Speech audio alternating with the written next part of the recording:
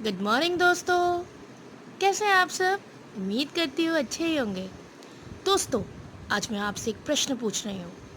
आटा गूंथने के बाद गृहिणियाँ उस पर उंगलियों से निशान क्यों बनाती हैं? जानते हैं आप सब? नहीं ना, मैं भी नहीं जानती थी। तो आइए आज इसी प्रश्न को समझते हैं, जो कि प्राचीन काल से चला आ रहा है।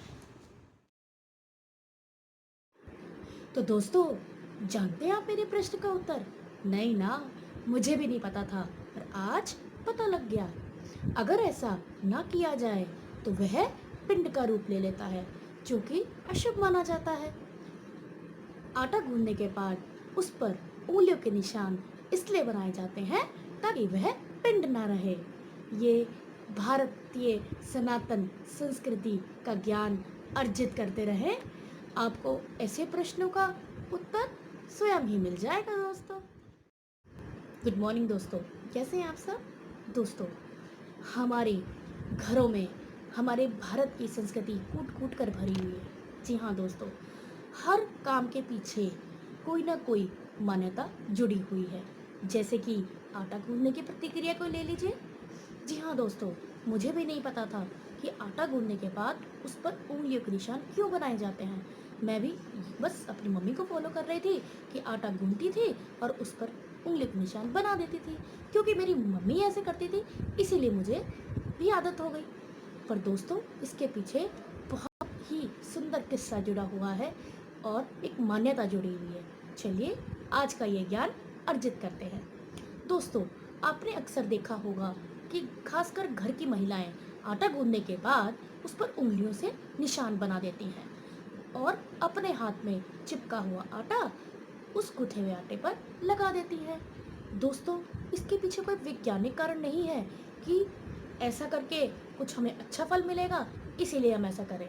नहीं, यह प्राचीन मान्यता है। जी हाँ दोस्तों, हिंदुओं में पूर्वजों और मृत आत्माओं को शांत करने के लिए पिंडदान की विधि बताई गई है। पिंडदान में आटे की लोई को रखने का अर्थ यह होता है कि यह आटा पूर्वजों के लिए है। तो पूर्वज उस आटे को देखकर किसी न किसी रूप में आते हैं और उसको ग्रहण करते हैं। इसलिए हर घर में महिलाएं आटा गूंदने के बाद उंगलियों के निशान इसलिए बनाती है कि वो आटा इंसानों के खाने योग्य है, ना कि पूर्वजों के लिए। दोस्तों, प्राचीन काल से महिलाएं एक अनुसरण एक मान्यता का पालन करती आ रही हैं। जी हाँ, जब भी वो आटा गूंथती हैं और रोटी बनाने की शुरुआत करती हैं तो पहली रोटी वो पूर्वजों के लिए निकालती हैं, दूसरी रोटी वो गाय के लिए निकालती हैं और तीसरी रोटी वो कुत्ते के लिए निकालती है, क्योंकि ऐसा करने से शुभ माना जाता है। और आज भी कई घरों में महिलाएं इसका अनुसरण कर रही हैं। क्या होता था, प्राचीन काल में घर में अनेक महिलाएं होती थी, तो आटा गूंदने के बाद उस पर उंगलियों से निशान बनाने के बाद पता लग जाता था कि कौन सा आटा इंसानों के खाने योग्य है और जिस पर उंगलियों के निशान नहीं होते तो वो आटा पूर्वजों के लिए है। कई महिलाएं कोई और कारण भी बताती हैं कि आटा गूंदने के बाद उस पर 3 उंगलियों के निशान बनाने चाहिए, जो ब्रह्मा, विष्णु, महेश को अर्पण होता है, और उसके साथ में छोटी सी लोई भी चिपका देनी चाहिए आटे पर, जो गजानन की सूंड का प्रतीक माना जाता है। इसके अलावा कई महिलाएं एक और कारण बताती हैं कि पुराने ज़माने में शानदार लाल गेहूं आते थे और घर में ही चक्की होती थी और महिलाएं गोल गोल चक्की को घुमाकर उसमें आटा पीसती थीं, जितना खाने योग्य हो। फिर उस आटे को रोटी बनाने से पहले आधा घंटा मांड कर रखती थी, गूंथ कर रखती थी और उस पर वही उंगलियों के निशानों से निशान बनाकर खड्डे बना देती थी और उन गड्ढों में फिर पानी का छिड़काव कर देती थी। तो आधे घंटे में वो आटा सारा पानी सोख लेता था और रोटी बनाने के लिए तैयार हो जाता था। तो ऐसा करने से रोटियां नरम नरम और फूली हुई और खाने में बड़ी मज़ेदार बनती थी। तो यही है उंगलियों के पीछे यही कारण है आटे गूंदने के बाद उस पर उंगली बनाने का। दोस्तों, ये क्रिया मैंने अपनी माँ से सीखी, जो कि मुझे सिर्फ एक मनोरंजन लगता था। अरे वाह, मम्मी तो आटा गूंदने के बाद इस पे उंगलियों के निशान बना देती है, ये तो बड़ा अच्छा है। तो यही चीज़ हमने सीख ली और हम भी इस पर उंगलियों के निशान बनाने लगे, लेकिन वास्तविक अर्थ आज ही पता चला। तो दोस्तों, ये जो कला है हमने अपनी माँ से सीखी। तो आज जो मेरे विचार हैं वो मेरी अनमोल अमूल्य माँ के लिए है और सबकी माँ के लिए है। तो आइए प्यार से सुनते हैं और शेयर करते हैं। नींद अपनी भुलाकर हमको सुलाया, नींद अपनी भुलाकर हमको सुलाया, अपने आंसुओं को आंखों में छिपाकर हमें हंसाया। देना ना देना ईश्वर की इस तस्वीर को, देना ना देना ईश्वर की इस तस्वीर को, ईश्वर भी जिसे ईश्वर भी कहता है माँ जिसको।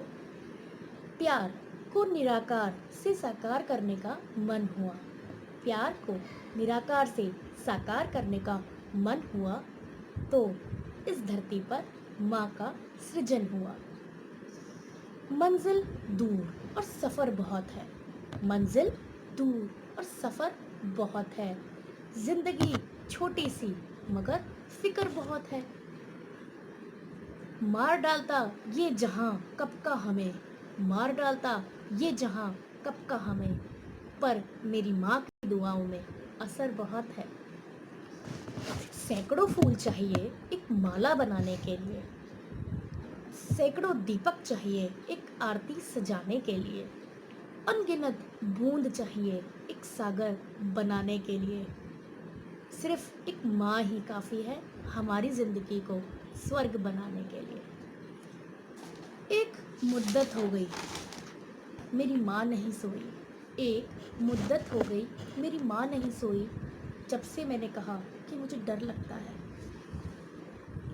मेरे पास जो भी शोहरत है वो मेरी माँ की बदौलत है, मेरे पास जो भी शोहरत है वो मेरी माँ की बदौलत है। ए खुदा और क्या देगा तू मुझे, ए खुदा और क्या देगा तू मुझे, मेरी माँ मेरे लिए सबसे बड़ी दौलत है। दुनिया की सबसे अमूल्य चीज़ क्या होती है, दुनिया की सबसे अमूल्य चीज़ क्या होती है? पूरी दुनिया कहती है कि वो हमारी जान होती है, पर जिसमें मेरी जान बसती है वो ईश्वर का सबसे शानदार सृजन मेरी माँ होती है।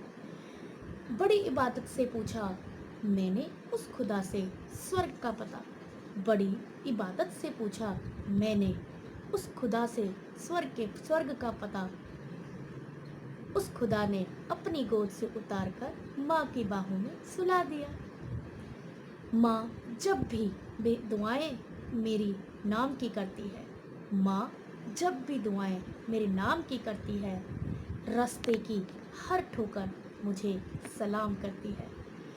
सहनशीलता पत्थर सी और दिल मोम सा, सहनशीलता पत्थर सी और दिल मोम सा, न जाने किस मिट्टी की बनी है मेरी माँ। तो दोस्तों, सबसे प्यारी माँ, सबको प्यार देने वाली माँ ही ईश्वर के बाद है।